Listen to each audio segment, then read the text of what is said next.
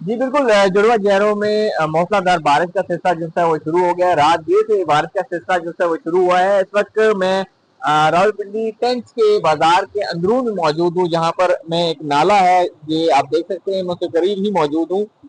ये अभी कुछ देर ही हुआ है, थमा है। आप फुटेज में देख सकते हैं कि इस वक्त क्या सैलाबी सूरत हाल थी जब से बारिश जो है वो तेज हुई है।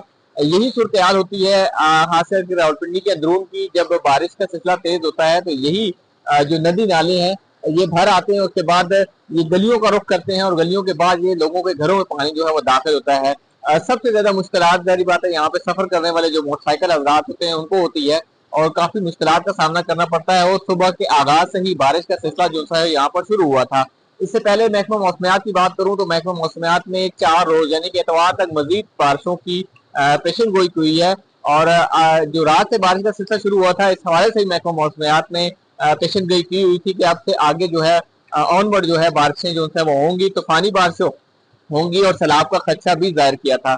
लेकिन रावलपिंडी में जब भी बारिशों का सिलसिला शुरू होता है, खास करके नाला लई कटारिया के मकाम पे जो है वो पानी भर आता है, अलार्म बजा दिए जाते हैं। पहले भी जब बारिशें हुई हैं तो वहां पर काफी खासा नुकसान देखने को मिला। जो इर्द गिर्द वहां पर लोग होते हैं उन्हें यहाँ से निकलने का पहले ही कहा जाता है, अलर्ट कर दिया जाता है। इसी तरह रावलपिंडी में सैलाबी सूरत हाल ज्यादा होती है, क्योंकि नदी नाले हैं वो दरे आब आ होते हैं। उसके बाद पानी जो बाकायदा घरों में दाखिल होता है। इस वक्त मेरा कैमरामैन अगर आपको पीछे दिखाए तो ये इस वक्त गली की सिचुएशन है।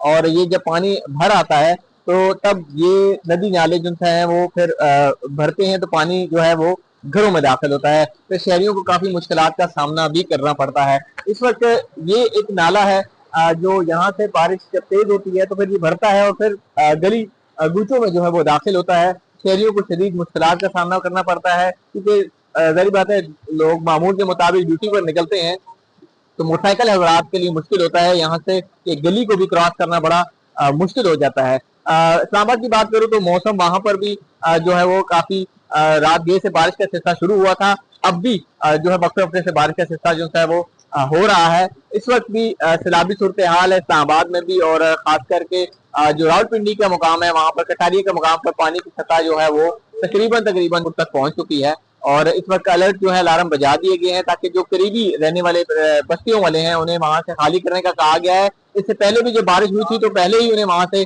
खाली करने का कह दिया था। जो करीबी बस्तियां हैं वहां पर नाला लेक की, वो पहले ही पिछली बारिशों में ही यहाँ से जो है वो निकल चुकी थी। लेकिन जो रावलपिंडी के अंदरून में जब बारिशें होती हैं तो लोग अपनी मदद आप के तहत जो है वो वहां पर सफाई करते हैं, ताकि पानी जो है घरों में दाखिल ना हो। क्योंकि खासा नुकसान होता है घरों में जब पानी दाखिल होता है।